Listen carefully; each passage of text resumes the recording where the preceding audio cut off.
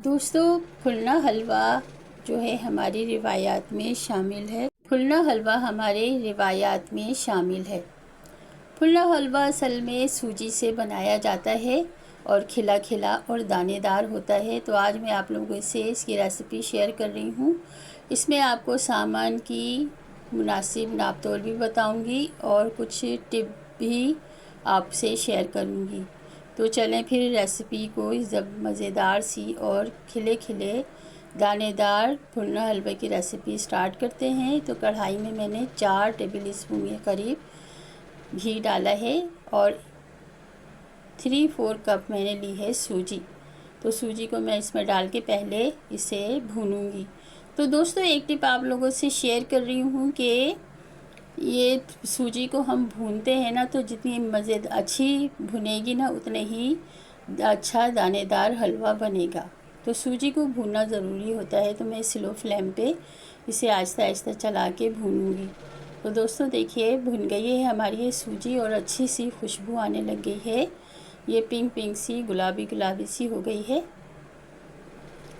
तकरीबन भुन गई है। और इसे मैं निकाल कर एक साइड पे रखूँगी। देखिए कैसी पिंक पिंक सी हो गई है और खुशबू भी बड़ी अच्छी सी आ रही है। बस अब फ्लेम को ऑफ़ करके मैं सूजी को एक साइड पे रखूँगी।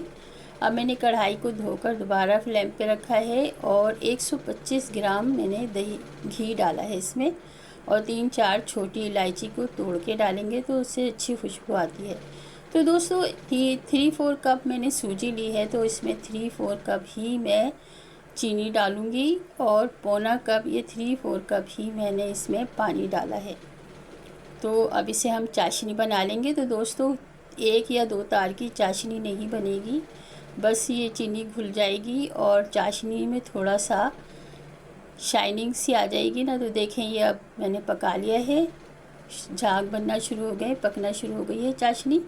तो देखिए अल्हम्दुलिल्लाह हमारी चाशनी तैयार हो गई, देखने शाइनिंग सी आ गई है। तो बस अब ये रेडी है हमारी चाशनी। बस अब इसमें मैं भुनी हुई जो सूजी है मैंने भून के रखी थी वो मैं इसमें डाल दूँगी।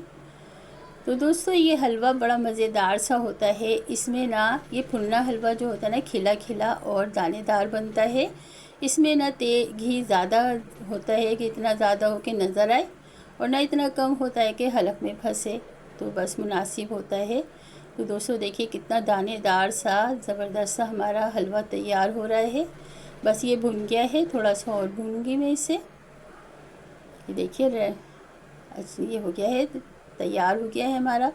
तो दोस्तों मैं इसमें किशमिश और खोपरा ही डालती हूँ, क्योंकि सूजी का जो हलवा होता है ना इसमें ज़्यादातर किशमिश और खोपरा ही पड़ता है। तो इसको हम मिला लेंगे। थोड़ी सी किशमिश और खोपरा डाला है मैंने कटा हुआ, इसे अच्छी तरह से हम मिक्स कर देंगे। और ये हमारा ज़बरदस्त सा देखिए, इसमें ना घी ज़्यादा है, आपको बहुत ज़्यादा नज़र नहीं आएगा घी के चारों तरफ से घी नज़र आ रहे हैं, और ना ही कम है कि हलक में फंसे। तो मज़ेदार सा हमारा हलवा है। अब इसमें मैंने केवड़ा एहसन डाल के थोड़ी देर 5 मिनट के लिए कवर करके रखा था। तो हमारा ये देखिए ज़बरदस्त सा खिला खिला सा दानेदार सूजी का फुलना हलवा तैयार हो गया है। मुहर्रम की फ़ातह के लिए ये बेस्ट है। मुहर्रम की फ़ातह में ये फ़ातह के लिए ये वाला हलवा बनाएं। तो अल्हम्दुलिल्लाह तैयार हो गया है, मैंने डिश आउट कर लिया है। तो ज़बरदस्त ही रेसिपी है।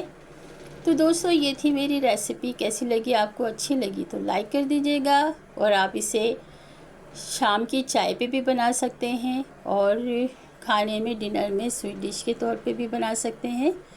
तो बड़े मज़ेदार सा हलवा है। मिलते हैं एक और अच्छी सी ज़बरदस्त सी रेसिपी के साथ। जब तक के लिए अपनी इस फ्रेंड को इजाज़त दीजिए। जहाँ रहें खुश रहें, हंसते मुस्कुराते रहें। अल्लाह हाफिज़, अल्लाह निगहबान।